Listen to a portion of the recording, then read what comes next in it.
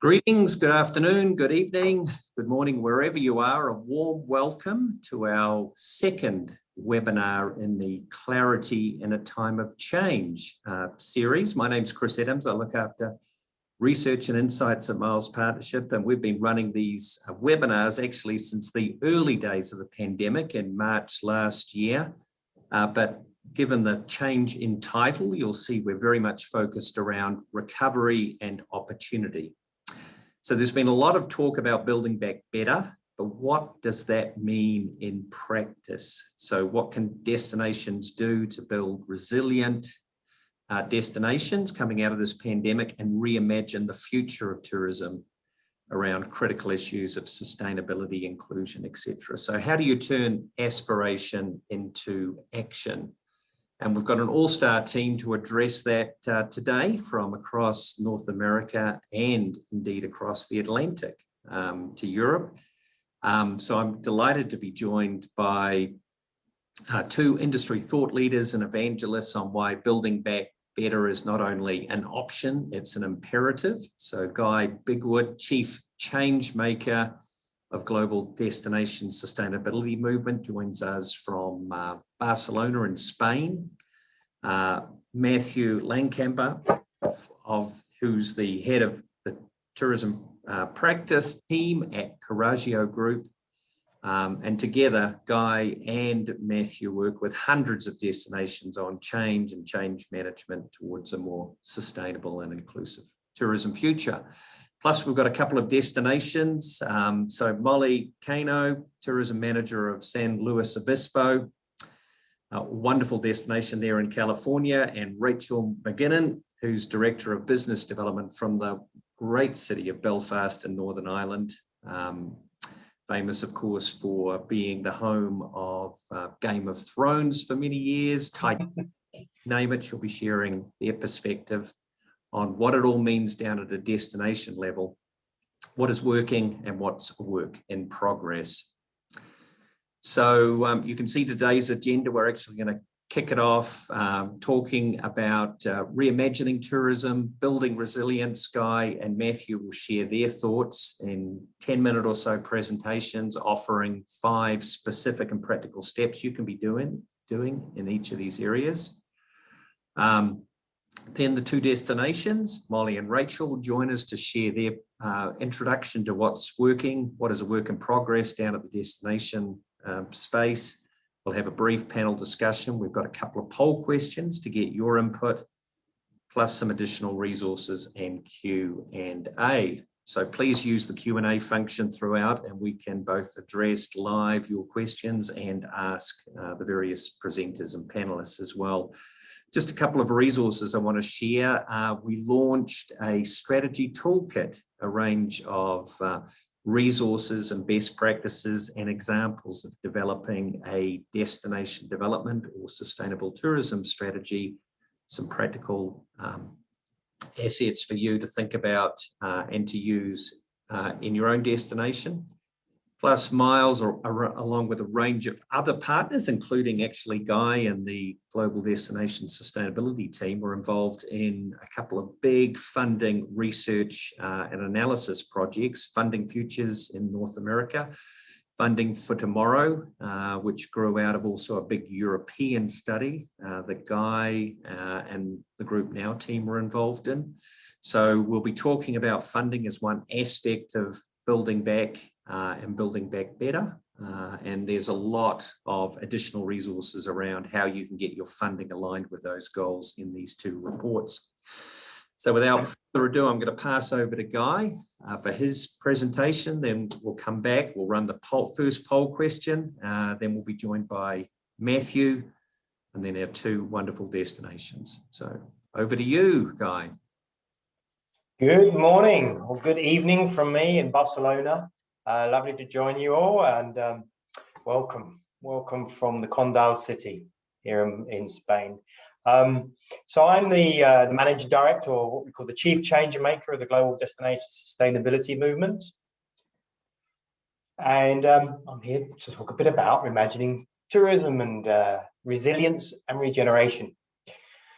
So a little bit about my organization. We started off with something called the Global Destination Sustainability Index, where we have a program that benchmarks and helps destinations around the world to measure and monitor their impacts on socially, environmentally, and economically.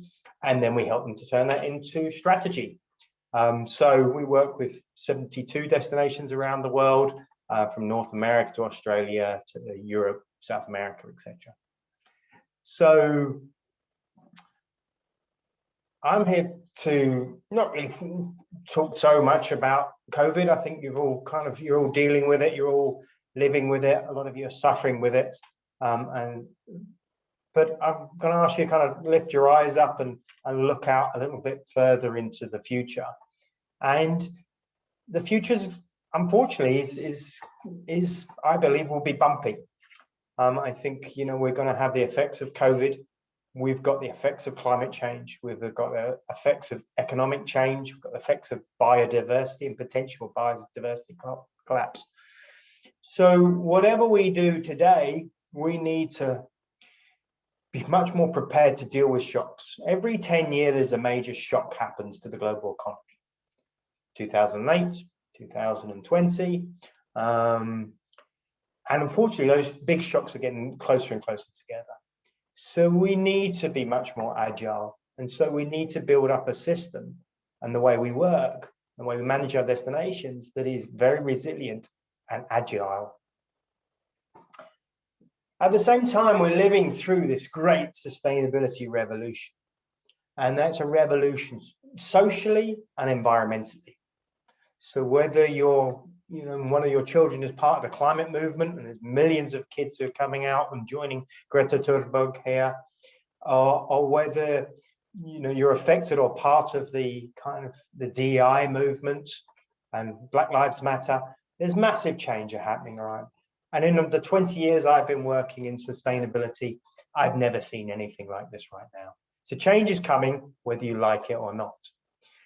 In a recent poll that we did of European DMO CEOs, 95% said that in the new normal, post-COVID, they will have a bigger focus on sustainability. We did a poll to over 2,000 event planners around the world with Amex and Marriott, and out of them, 96% of them said they will be more focused on sustainability. So a big kind of focus is happening there. So I'm going to focus what I think are the 5 key priorities. I'll throw in a little 6th one maybe as well there, just to, because Chris said I couldn't, so I thought I'd try. So priority 1, and I think this is about shifting. It is shifting from sustainability to a focus about regeneration. In the past, perhaps some could argue our economic models were regenerative. We took from the planet, from communities, perhaps you could say. And then we've been shifting the last 10, 15 years and looking at a sustainable business model. And those are really about how do we do less bad? How do we create a tourism and an events industry that does less bad, less recycles a bit more, a few less emissions?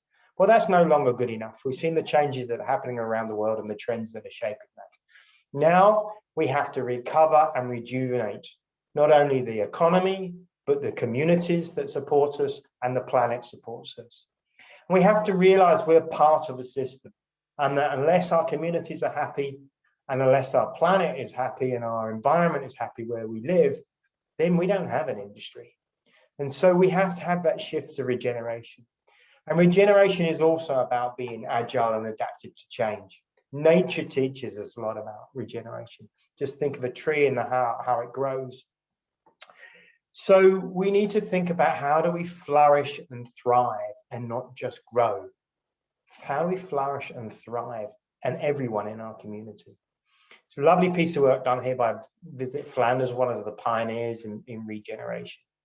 And one of the cities within Flanders, and this is a region of Belgium, is this city called Mechelen. And they started to look at, and rethink. And so the work we did with them was like, how do we rethink of this? How do we use tourism as an engine for community building? How do we use tourism to heighten the sense of place and the city's uniqueness? How do we create meaningful encounters? How do we enhance and enrich the city? How do we create opportunities? And how do we make a positive contribution to the world? And I think a lot of us think we do that for tourism, but how can we change our strategy? How can we rethink our status quos right now that we do that even more and more deliberately? So just an example from Ljubljana, just thinking of how they changed and redesigned the city. So they went from a city and a town dominated by the car to really thinking how they pedestrianized the city to get rid of the car, to bring citizens and tourists together in a much more happy space. Transformative in the way tourism has used this and affected it, and now how tourism has been used to catalyze the development of the city. So number 2 is about engaging and co-creating. How do we engage people differently? So it starts, I believe, now with the citizen. We need much bigger focus on the citizens. And then it's all of the key stakeholders. Sydney's done a great job here with the Sustainable Destination Partnership. We've seen more like that in many cities around the world. We're involved in lots of those. But really, how do we connect differently? Barcelona, where I live, has pulled together a Citizens Council. So now the Citizen Council really kind of reviews and provides input on all of the strategies. So a lot more work, admittedly, but we've got to get the citizens, residents on board. Number 3 is about build capacity. While we have a lower down time now, and we have the opportunity, I believe, to build back better. And this is what we will see. We need to build capacity. We need to upskill our suppliers and the whole value chain. So some work we've been doing with Switzerland here is around that. It's called Sustainable. And that's really how do we engage people? How do we drive and upskill? How do we measure that impact and behavior change? How do we benchmark our cities? And how do we communicate?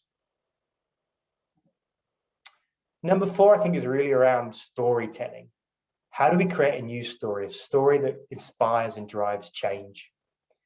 I believe in the UK, Glasgow is one of the leaders in the indexing that we work at. They've come from very, very low down on the GDS index, and now they're number 3. And a lot of that is around this story. People make Glasgow, and then it's better or greener or happier. It's a very powerful story. And their green sustainable strategy is around circularity, it's around social enterprise, it's around the food revolution, and it's around accessibility. It's a very strong but quite simple sustainability strategy that's very impactful. So really great stuff there. And the last one here is number 5, which is around funding models. I think now for DMOs, we've all been challenged at this time, and we have to rethink. How do we create new funding models that don't either rely on just hotel taxes, or in Europe, we rely on public funding, but this blended mixture where we are focused on using money to grow tourism, to balance tourism, and manage it, and to use that tourism and the visitors' economy to regenerate our cities. So Barcelona is a great example of this. Over 100 million in tax revenue has been collected. It's ring-fenced, it's managed properly, it has a proper governance structure. It can't just be absorbed by the city. So I think that's a great example. So that is a really speedy look through the top 5 things. I think there's one more, actually, which I think is measuring and managing your impact. So this is an invitation a little bit here to the GDS index, which is the system we use to help DMOs understand their, what we call the footprints and their handprints. So please have a look at that. It's just launched a new criteria, new methodology. I'm sure Rachel will mention this a little bit later. So my final kind of invitation to you all is, are we travel agents or are we change agents? Hold on a second, I've got time is pinging here. Because, I think that's the key thing now. We can really use tourism and the events industry to really catalyze change. We have 17 sustainable development goals. And we have the opportunity now to really use this moment to catalyze change. So, and there's a great phrase that I love right now, which is only the impossible is interesting. This is a word coming out of the climate movement right now. And I think really, if you think of all the fear and isolation that many of us have been through and the transformation that we've been through, we've seen that despite all of this, profound change is possible. And so let's go and make the impossible possible. So thank you very much, Chris. Back over to you. Thanks very much, Guy. And just a reminder to everybody, I put it in the chat, the slides from today, the webinar recording and other resources will be sent out in an email 24 hours after the webinar today. And that will include a variety of the links that you've seen curated. So I also want to just give a shout out to Laura Libby, Senior VP here at Miles, and she was going to help moderate the session today. She's actually traveling en route to the CEO event of Destinations International in Tampa. She's in an airport. I think she's actually with us, but her connection and sound presented a problem. So I'm going to jump in and moderate the parts that she was going to look after today. Now we're going to ask a poll question to pick up on what Guy has talked about, reimagining tourism. So what are you working on? What are you investing in? So you can see it now up on your screen. Which of the following areas, Guy referenced quite a number of these, are you actively engaged in as an organization, starting with, do you have a plan? Are you focused around issues like resident and or visitor sentiment, researching how they see issues like sustainability, stakeholder engagement, certification? Are you running or actively supporting some sort of green certification program? Actually, Rachel in Belfast will reference what they're doing in that area. Sustainability programs such as recycling, composting, renewable energy, regenerative tourism funding. So have you worked specifically on your funding? And you can see the final couple there, communicate the sustainability efforts out to residents and visitors and stakeholders, or you're not sure. So we'll just give you another couple of seconds to respond. Click all that apply. And why don't we bring up the results now? Okay, so you can see here, Guy, the number one is stakeholder engagement and education. So that you'll be pleased to see that. It's just under half. Next is measuring resident or visitor sentiment around this issue. Third is about a third have a plan in terms of destination development or sustainable tourism plans with clear actions and timelines. And fourth is there's some sort of active supportive programs such as recycling, compost, renewable energy, etc. Very good. So any quick comments on that, Guy, before we pass over to Matthew? I think that's looking good. I think one of the things that I've noticed and I'm starting to see change is that we're seeing better and better strategies come out of destinations. But there's still a weakness in many of them around data, about the data we collect to validate our strategy, to guide our strategy, and to judge on the impacts that we're creating, just the negative impacts and the positive impacts. Mm. So I think having an impact management focus is key to this, and how we really define, what is it we're trying to change in our destination, and how can we be that motor of transformation into our cities, socially, economically, environmentally. Yeah, and there's a tremendous amount of activity around what's called destination dashboards, the availability of data. So there is certainly progress in that area. So thanks again, Guy. We'll come back to you later. Let's pass over to Matthew now. Matthew's head of the tourism practice group at Cocreating. works with a wide variety of destination on change towards sustainability and inclusive destinations. So Matthew's going to talk about resilience and how do you build back with resilience in your destination. Over to you, Matthew. Thank you, Chris. Just a bit about Coraggio for starters. We work, I think, as Chris mentioned earlier in this, we work primarily in North America, sort of coast to coast in the United States, at destinations of every scale, from US travel down through 20-some state offices now, I think, into big cities, small places, and rural destinations as well. And most of that is strategy, one kind or another, whether that's a short-term strategy for the organization or a long-term strategy for the destination. In both cases, resilience turns out to be really important. This is a topic I've been really interested in, I think, since about 2013, but in the last few years, it's gotten to be a bigger and bigger topic, and I couldn't have anticipated how popular a topic it would be before the pandemic. So when I first started thinking about resilience, it was about these sort of intractable problems that our clients have that they can't muscle their way out of, they can't think their way out of. They have to manage through change. The change is going to be inevitable, and they need to find ways to move through it.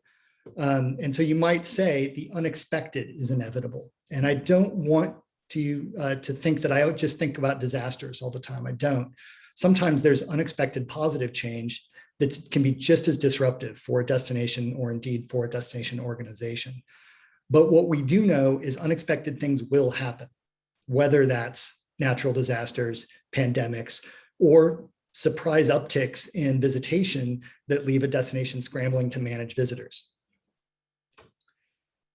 I like to think of resilience in this formula. It's strength plus flexibility. So strength plus flexibility equals resilience. It's not just about being able to pivot. It's about having the structures in place that allow you to flow with these changes.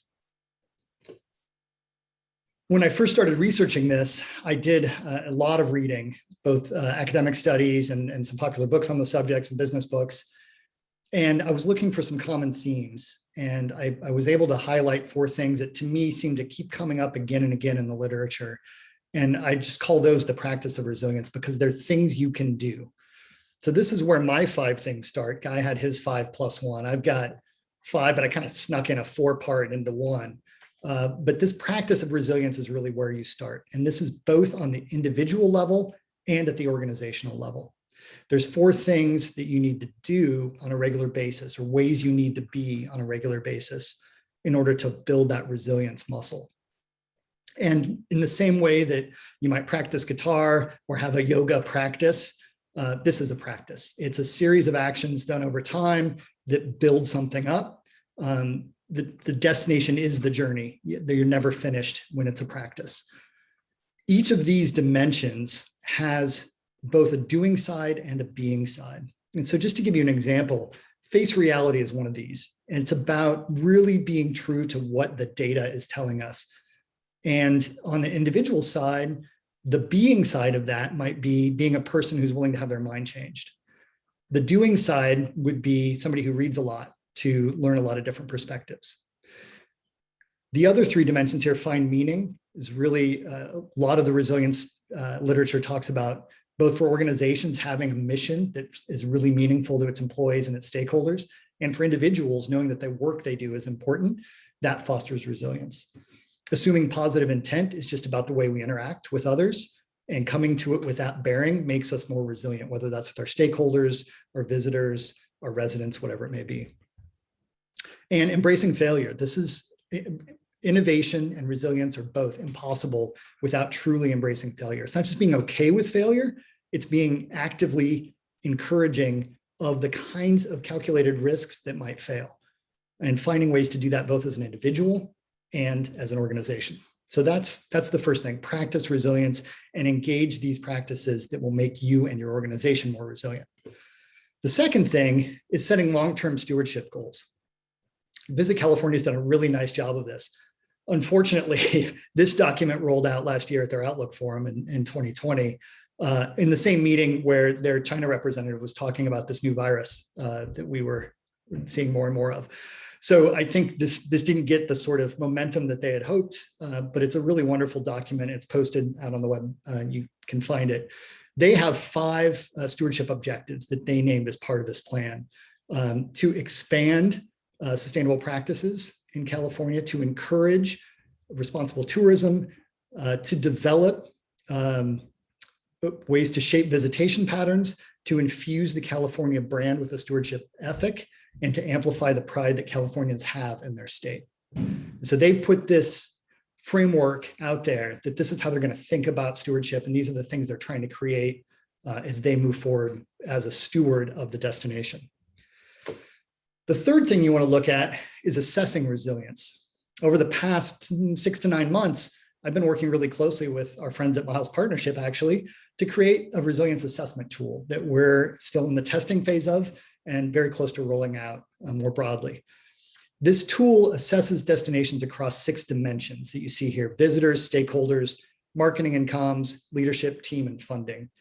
The idea is that we can find gaps in your resilience or gaps in your organization that might lead to failures of resilience when unexpected things happen. And by doing this, it allows you to find those areas where you can do some proactive planning to fill those gaps, to be more ready when that unexpected thing happens. At the same time, it also helps you build on some of those strengths. And this will highlight where you're very strong and where you've got really good positive things that will lead to resilience. And you may be able to even capitalize on those further. For visitors, we're looking at things like, who are your visitor segments? Do you have adequate visitor research? Do you know how to do visitor management? For stakeholders, what are your relationships like with your partners, your residents, and your officials? For marketing communications, how flexible is your brand? How universal is your brand? Do you have a diversity of marketing channels? How flexible is your marketing? And how good are you at crisis communications? For leadership, we think about trust, we think about communications, and we think about decentralized leadership as things that foster resilience. On the team side, what's your culture like? What are your values like? Do you live by them? Do you work from them? How innovative are you as an organization? How willing are you to take risks? And then funding. How diverse is your funding, and how flexible is your funding? And how adequate is your funding? Okay, the fourth thing is to plan for a turnaround. Now that you've built some resilience in your team, you've set your stewardship goals, you've assessed your resilience, now you plan for the turnaround or plan for the rebound or whatever the word is. And this is just an example from the Arizona Office of Tourism, which I believe was the first US state to do a recovery plan in the midst of the coronavirus crisis last year. And they came to 3 key priorities. Now, these aren't strategies. These are the buckets of strategy that they're focusing on. But they said, we're going to focus on accelerating leisure travel activity statewide. We're going to stabilize visitor volume in our urban centers. And we're going to reinvigorate and strengthen tourism in rural and tribal areas. And within each of those, they had really clear strategies and ways to measure success that would let them know that they were accomplishing those things. They are now going back and doing more of a long-term plan now that they've lived with this plan for almost a year and implemented a lot of what was in it. Now they're in a better position to start to think a little more long-term and do that next step of planning. Which takes me to my 5th point, the 5th thing you do, rinse and repeat, like it says on the shampoo bottle. This is really about being agile as a planner. We used to tell people 3-year plan's fine, 5-year plan, it's okay, you can do that. And now we're sort of giving side eye to a 3-year plan. It just kind of doesn't make sense in this day and age. Things are changing so quickly. So we're sort of shifting our clients and pushing them towards a more frequent planning cycle where you maybe don't go as deep each time. And that's what you really need to be doing here, is looking at what the data tells you. Again, that's part of fostering resilience, is being real about what you're seeing in your data. Just looking at what the data tells you, learning about where you need to pivot, where you might need to change your approach, thinking about the actions you've been taking and whether they've been effective, and then designing new actions that support the aims of your plan and those sustainability and stewardship goals that you set, but doing that on a frequent basis in order to keep that flexibility and resilience going. I think a lot of what we're looking for in these kinds of plans are catalysts, things that you can do in the near term that will create more opportunities downstream. And with that, I think I'm going to hand it back over to Chris for a poll on these. Very good. Thanks a lot, Matthew. So yeah, why don't we bring the poll up and we'll ask the attendees today, what are they doing in this area of resilience? Again, picking up on a number of the themes that Matthew referenced. So do you have a really good sense of your visitors in terms of research and segmentation, and a really good understanding of who they are and what their values and interests and behaviors? Stakeholders, so obviously, the relationships that you keep with your partners, residents, elected officials, critically important during the pandemic, and obviously going to be very important in terms of building back out of this. Your marketing and communications, how flexible and responsive has the marketing and comms plan been? Does your brand really speak to your values? Leadership. So obviously that's leadership across every part of your organization. Your team in terms of culture and values. And finally, this funding issue again comes up. So which of those do you feel you have gaps or constraints? So not the areas that are areas of strength, but where do you think you've got work to do? Okay, let's bring up the survey. This issue of funding is number one, so it's great we've got those resources available. Second, stakeholder relationships, so critically important in the pandemic. Visitors, in terms of understanding the visitor segmentation, research, etc. Third, and then sort of tied for fourth, the leadership issue and the team issue. Any observations there, Matthew? Well, it's no surprise to me that funding is the biggest gap. It's what we hear all the time. I think every destination would tell you they could do with more money. I'm a little surprised to see stakeholders so high, given the question from Guy's poll, where people said they were doing a lot of stakeholder work. I was really encouraged to see people were engaging their stakeholders and learning about resident and visitor sentiment. So I'm surprised to see that listed as a bigger gap here, but perhaps that's what's driving that work. So yeah, that's maybe not very good. Thanks. Thanks a lot, Matthew. We'll have Matthew and Guy back at the end if we've got time for questions, and please use the Q&A tab to submit your questions. I've also shared a number of the resources that Matthew referenced in the chat box, both in terms of California, Arizona, and also actually the Swisstainable program that Guy mentioned as well. We'll be sharing all those resources out in an email. Let me welcome back in the wonderful Rachel and Molly from Belfast and San Luis Obispo, respectively. Thank you again, ladies, for joining us this evening and this afternoon, or actually, I think it's still morning, isn't it, for you, Molly? So let's hear from Rachel first about what these ideas mean in practice. So over to you, Rachel. Great, thank you, Chris, and hello everyone. Good morning, good evening here from sunny Belfast. Chris asked me just to briefly introduce our destination, so I'm going to do that first and tell you a bit about our story and then about our journey in the whole sustainable and regenerative tourism agenda. Okay, so I should be able to hit my slides here. It's always the challenge with being the first one up. Okay, so many of you may be aware of Belfast or may not have heard of us, but Belfast is the capital of Northern Ireland on the island of Ireland. And I think maybe what's very unique about Belfast is that really our tourism industry is just over 20 years old. We are a post-conflict destination, and our tourism industry was born out of the peace process of the Good Friday Agreement. So by our very definition, we would say that our city is incredibly resilient. We have been through the troubles and we have had a challenging past. But I love this piece of artwork that emerged during COVID in Belfast, and it says no rain, no flowers. And I think that's the thing that speaks to Belfast and our tourism industry, that we're incredibly resilient as a place. So it might surprise you to learn that from essentially a very young destination, we are very much making our mark, and we were one of the fastest growing tourist destinations in Europe, to a £1 billion tourism industry, essentially from a standing start. And so, as Chris alluded to, we're famous for Titanic. We are home to the most famous or infamous ship in the world, and that's now home to an iconic visitor attraction that has really stimulated huge exponential growth in our tourism industry.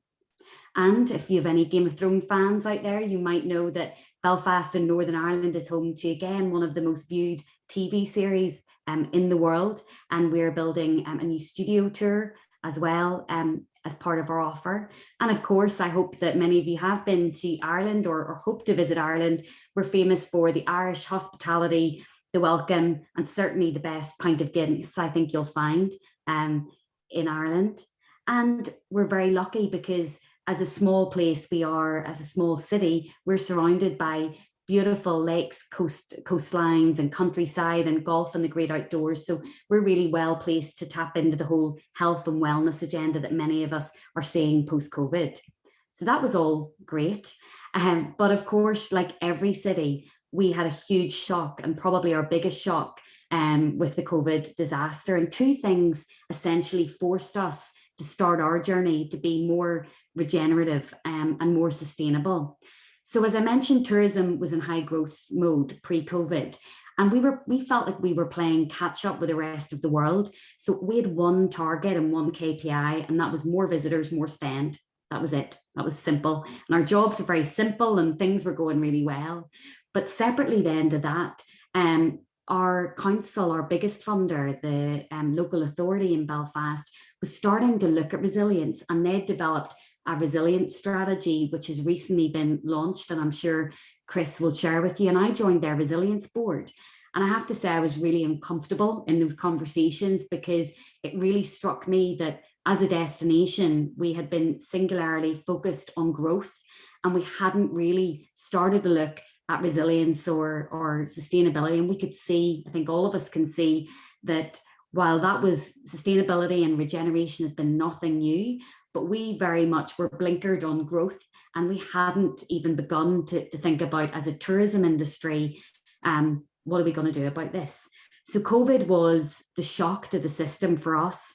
And essentially it was that necessity that forced us to really fundamentally change what we did, our whole purpose and reason for being as a DMO. And that was a real catalyst for change for us.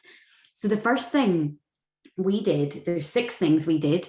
And the first thing that we did was we sat an exam that we didn't study for, and we did that very purposely. So we joined Guy's Global Destination Sustainability Index, and we did that because it gave us a structure. The challenge for us was, where do you start? We knew that we needed to start looking at things differently, but how do you even begin to drive that change whenever you hadn't even focused on it before?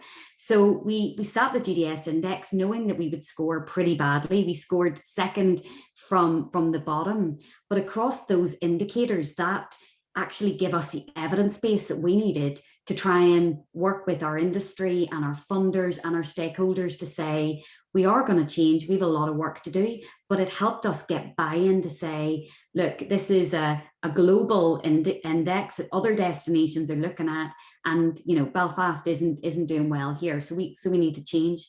And falling out of that index then came our 40-point action plan, which then started to, we really focused on the quick wins. We focused on things that we as a DMO could step up and we could change to try and kind of shift our focus from just being purely focused on growth. And we really, as Guy might tell you this later, we scored well on things that we didn't think that we would, but we scored quite badly on things that as a DMO and that as an industry were probably some of the easier things to change. So we were very action orientated in our approach. We set ourselves KPIs, we set targets, because if we set targets, we knew that things would get done. And we started to talk about becoming a next generation DMO. And we started a whole change program, which we're at the early stages of in our company. We set up a new sustainability team. And this wasn't like the health and safety committee that maybe people don't want to be part of. We identified who are going to be the future leaders of our organization, and we put them on a team to help us drive this change in the company. We've recruited for a new sustainability and impact manager to help drive this change within our company. And we have set ourselves a goal, a very scary goal, of being a certified business by the end of June. And certification for us was more about, again, a structure and a commitment as an organization, that this wasn't going to just be a policy or an idea we had, that we were going to have to commit to do this every year. So that's what we did. We also then rolled out and we started to look at our industry, and we looked at, there was, I think out of our 500 businesses, only 11 had a certification scheme in place. So we partnered with our council and we said, look, help us try and get our industry on the journey and help our industry recover.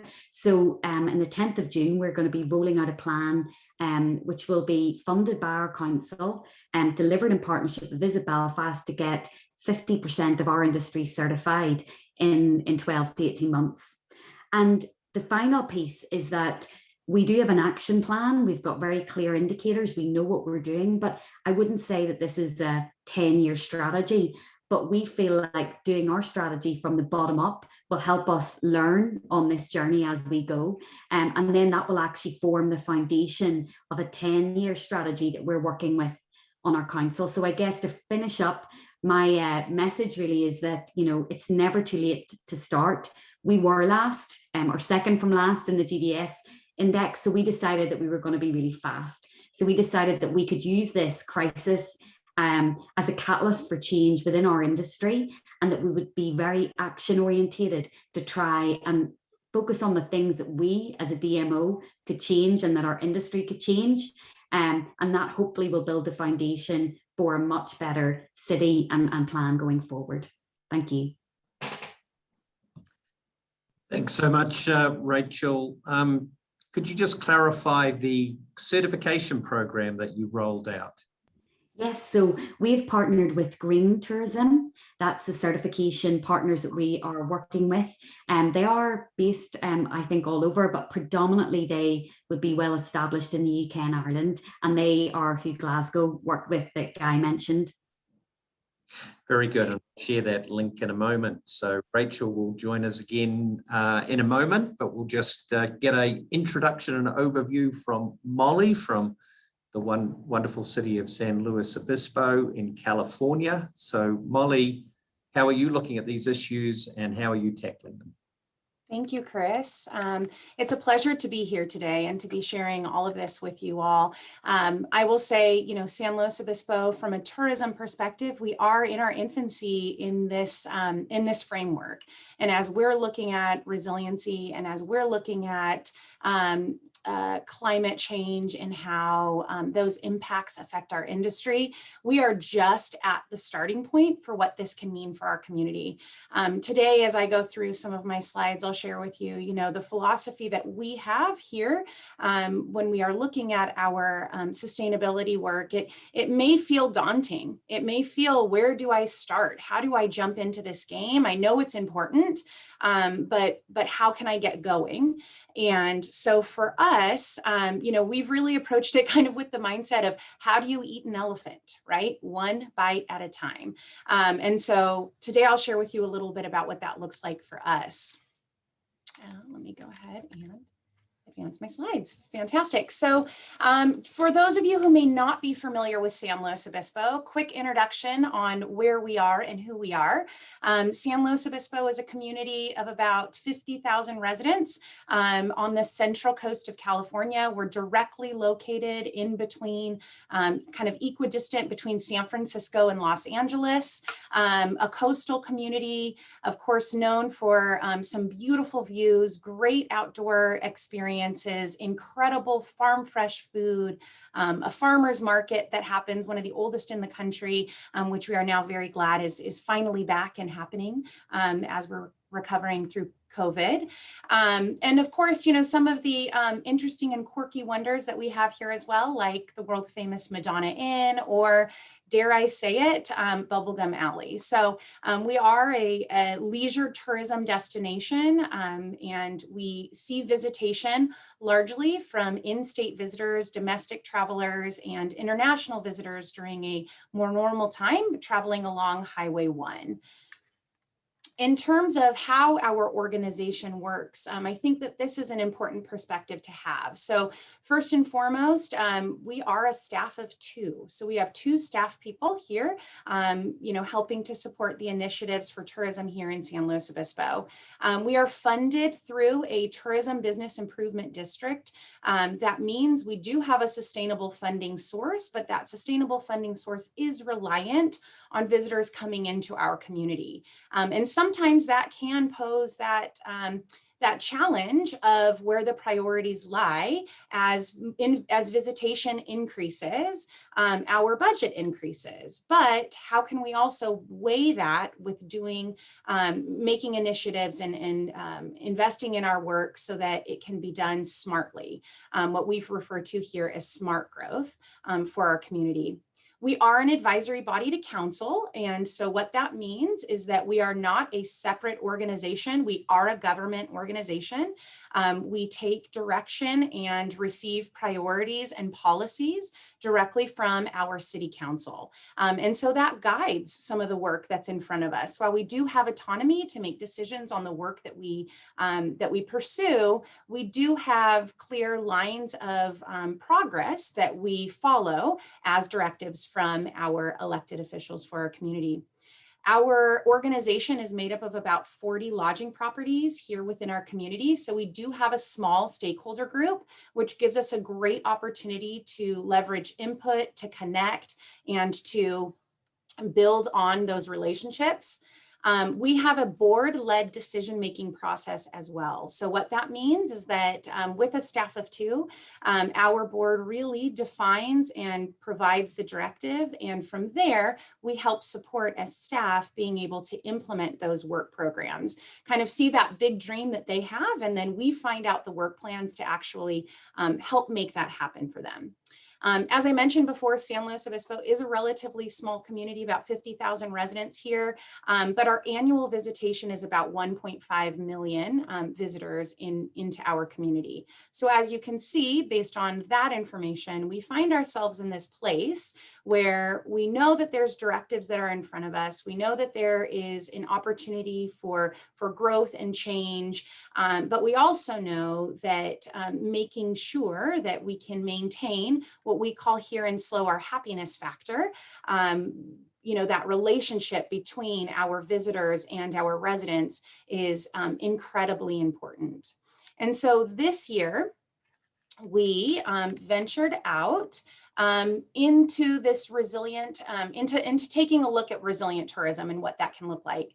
We've had the great pleasure of working alongside Coraggio in a lot of the work that we've been doing over the past year and over the past years. And so this year we had an opportunity to really take a look at what was for us actually a 5-year plan. I know Matthew talked about staying away from those 5-year plans, but we realized that that was the place that we were in. And so how do we take a new look during this time and be able to reevaluate our plans, really get rid of the old, the things that didn't work for us or were not a realistic approach to what our growth or our destination development could look like, and instead create new opportunities for different components of our work programs and plans to flourish, to be able to provide a resilient destination here in San Luis Obispo. And so out of that work, one of the big things was we shifted our priorities. We shifted our imperatives.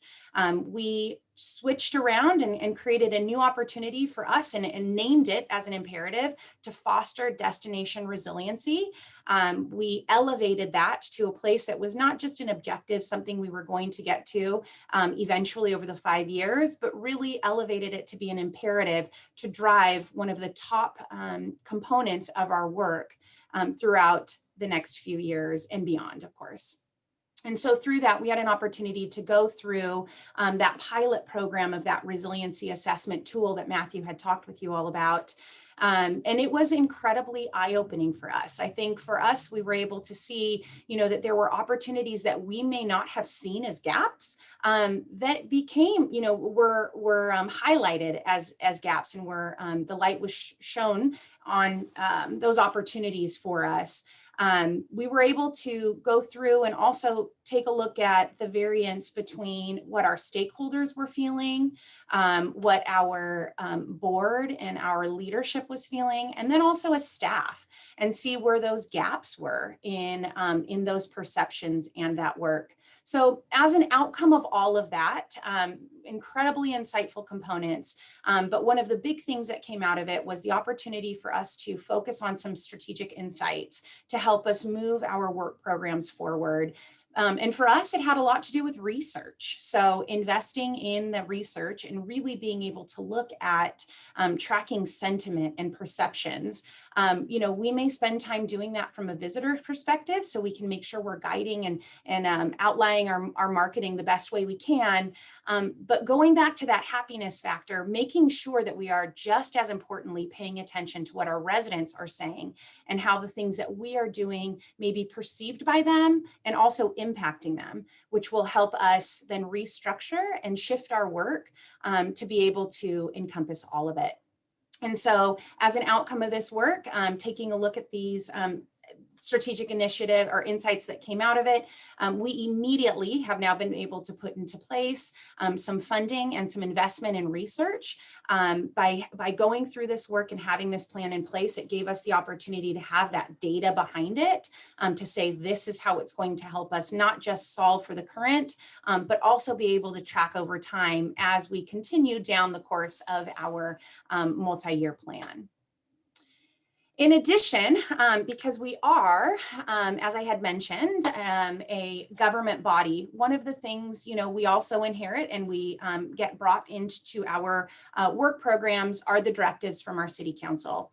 And here in San Luis Obispo, climate action has been on the forefront of our work as a community for decades. San Luis Obispo is known to be the first destination in the United States that banned indoor smoking. We have no drive-throughs here in San Luis Obispo. Those are just some of the examples of things, generations ago that have been put into place.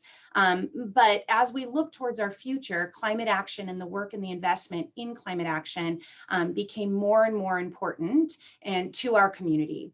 And so during this time, our community has adopted and our city council has adopted a climate action plan. Our climate action plan spells out for us that our community will be carbon neutral. We are working towards carbon neutrality by 2035. And so tourism, of course, plays a big role in this. While this plan was really written as this as a framework and a directive for specific sectors with goals and with foundational actions to be able to, build on that trajectory to achieve those goals. We as tourism, while we may not have been spelled out directly in this plan, we know that our work goes directly into impacting the outcomes of this plan. If we don't fall in lockstep with what's happening for our community, then we are the ones that are not helping to work to achieve those goals for our community. And so with that in mind, our board is, wrestling in, kind of making our way to have a seat at the table to figure out what does this look like for us. And going back to that concept, kind of the saying that we have, how do you eat an elephant one bite at a time? That's where we're starting with this program as well. And so we took a look and said, what are the components that we as the DMO can control or influence? And it starts with messaging. Really, it starts with the messaging. It starts with the storytelling. It starts with the way that we are showcasing our brand. And so an initiative that we took on this year is we basically scrapped our original PR strategy for San Luis Obispo for this fiscal year, and instead focused more directly on sustainable slow. And we brought partners to the table that would not have normally been at a tourism PR table trying to pitch media about what San Luis Obispo is all about. Folks like our green building team, organizations like our Bike Slow County, all different groups that can help tell that really unique and special story about San Luis Obispo. And it's not superficial. It's not just to telling the visitor about what we're doing for them, but showing that it starts with the foundation of who we are first as a destination, and then builds up to enhance that experience for visitors coming in. So that's a little bit about our climate action plan. Thanks so much, Molly. So why don't we have everybody back on camera, and just in the final, we've just got 4 minutes here. I'll ask you to each identify, if you had to focus on one thing, and if you could just respond and say 30 seconds or less, what's the one most important sort of piece of advice you'd be offering to a destination in terms of tackling the issues we've covered today? So Guy, to you first, mate. I'd start expanding your understanding of regeneration and not a move beyond sustainability. Really have that. How do you regenerate your economy, your society, and the wonderful nature that's all around you? Yeah, big structural change. Matthew. I think Guy will agree with this one too. I think you really need to understand what the data is telling you, both in terms of what I talked about, being a resilient person facing facts, but also in terms of looking at where you have gaps that might be a resilience threat. There's information out there, and find out what it's telling you. Yeah, so measure and manage, and there's an increasingly great range of data sources available to help inform that. So thank you, Matthew. Rachel, what one thing would you suggest people focus on first? I think you have to set a target. You have to set a goal. I think that's really key for us. That there's a lot of amazing articles and research that you can read, but it's really hard to translate that into what does that mean? What are we going to do? And it was only whenever we started setting targets that we got the attention of our board, our funders, our industry, and we got a bit of action and we got a bit of momentum. Those targets might not be perfect, but I think it starts that conversation and it starts to help focus. And Molly, what's your final parting thought about what destination should focus on? Yeah, I would say look at your partners, right? So if this isn't the space that is normally your, band that you don't, is not your bailiwick, I would say look at who your partners are and help leverage that. This is not a one organization initiative or issue. And so leverage the team that you have around you and elsewhere around the globe that you see here on this call. Very good. Well, thank you everybody again for your wonderful input today. If we could just bring up the final couple of resources we wanted to share.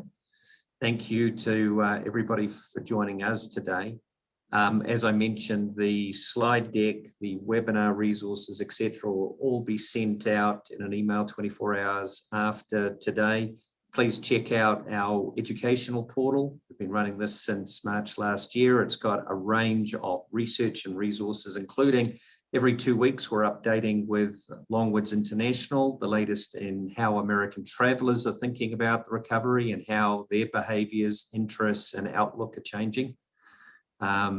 We actually had a question around these very issues just 2 weeks ago, which really confirmed that visitors are very concerned both about the recovery, but also about some of these big picture sustainability issues. Funding, we've talked about funding a number of times. There's a range of blogs on our blog site about funding the future of tourism in North America, New Zealand.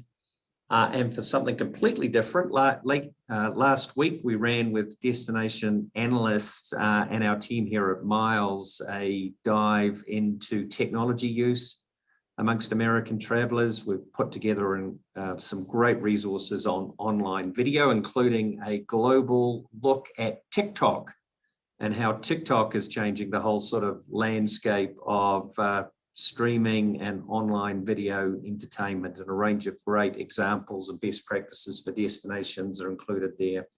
So thank you again to everybody who joined us today. Thank you for our panelists and speakers.